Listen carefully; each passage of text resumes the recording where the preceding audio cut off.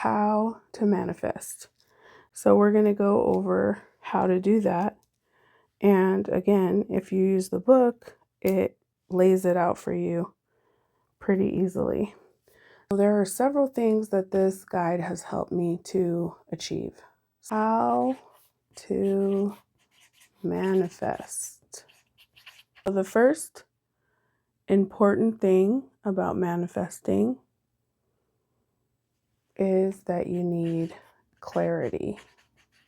The second thing is visualization. We need to have the right mindset, take action, maybe the hardest part, patience. So those are the 5 main things I would say you need for manifesting. We want intentional, positive action. Clarity. Be specific in what you want, like detailed, really specific. You want to write it down and be overly detailed. Expressing exactly what you want. So you have to be very clear. In the book, you write down your goals and your action plan. So that is, again, how this book helps you to achieve the clarity part. Next, we have visualization. Creating a picture. So we're going to, again, visualize what we desire. Visualize what you desire using all 5 senses. So this picture is going to guide your actions. So by visualizing, you're going to create a picture in your mind. You're going to be in that place that you want to be. You're going to see yourself doing that job that you want to do. You're going to see yourself buying that house that you want to buy. And then you're going to transfer what you have in your mind, again, into the book so that we're constantly reiterating that to our brain. This is what I want. This is what it looks like specifically. Mindset. This part is in the book under the affirmations and also some of the first things that you go through, which is what you would like to see for your last wishes. You write a letter to your inner child.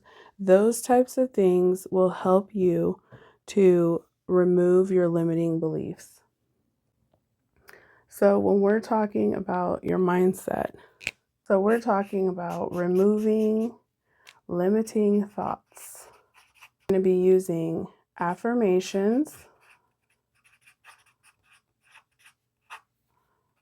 gratitude, there's some shadow work, and inner child healing. And this is all so that we have a positive mindset. Action. We're going to make a plan and move toward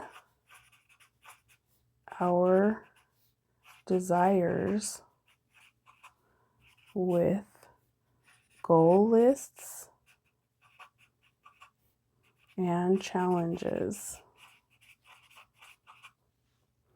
So in the book, we have the 30-day challenge section. So you write down your 30-day challenges and then you complete them. You put a sticker, an X, a circle, whatever resonates with you in here as you complete each 30-day challenge. Again, you don't have to do it every single day to complete it. You can just take 30 days, however, when you can fit it in. Life is life. So that's the challenge part.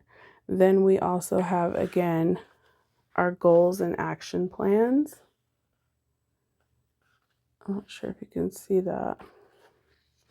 We have our goals and action plan list for each section. Don't forget to subscribe for our life, and that's where we write down what we're going to be doing to take action and get these things done to create, again, the entire picture.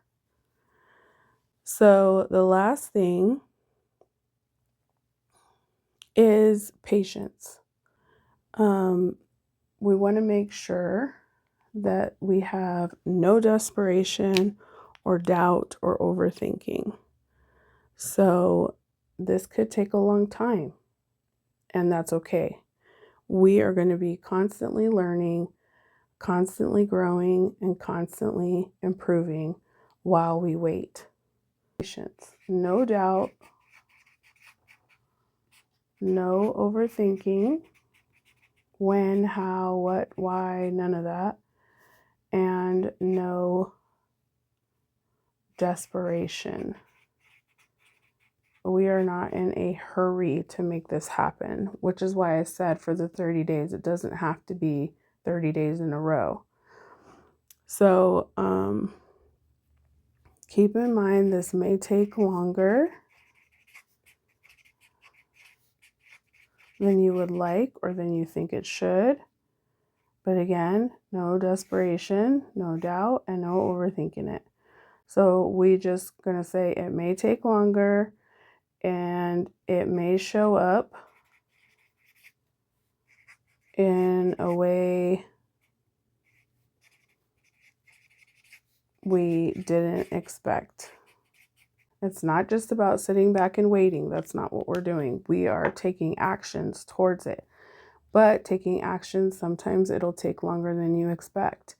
If your goal is to save $10,000, you're probably not going to do that in a week. So you're going to have to give that time to become what it's going to be for you. And that goes for all aspects of life.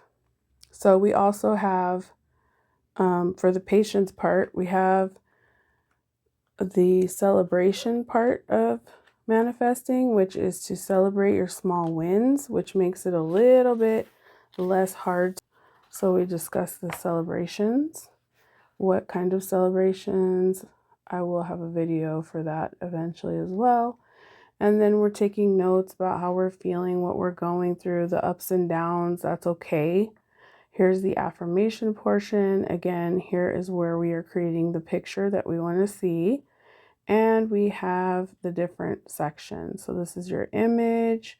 We have relationships, travel. We have career, finance, home, and your overall lifestyle. So there is plenty to cover. Health, family, it's all in here. All the different parts of a person's existence. And then we have to bring in the manifestation part.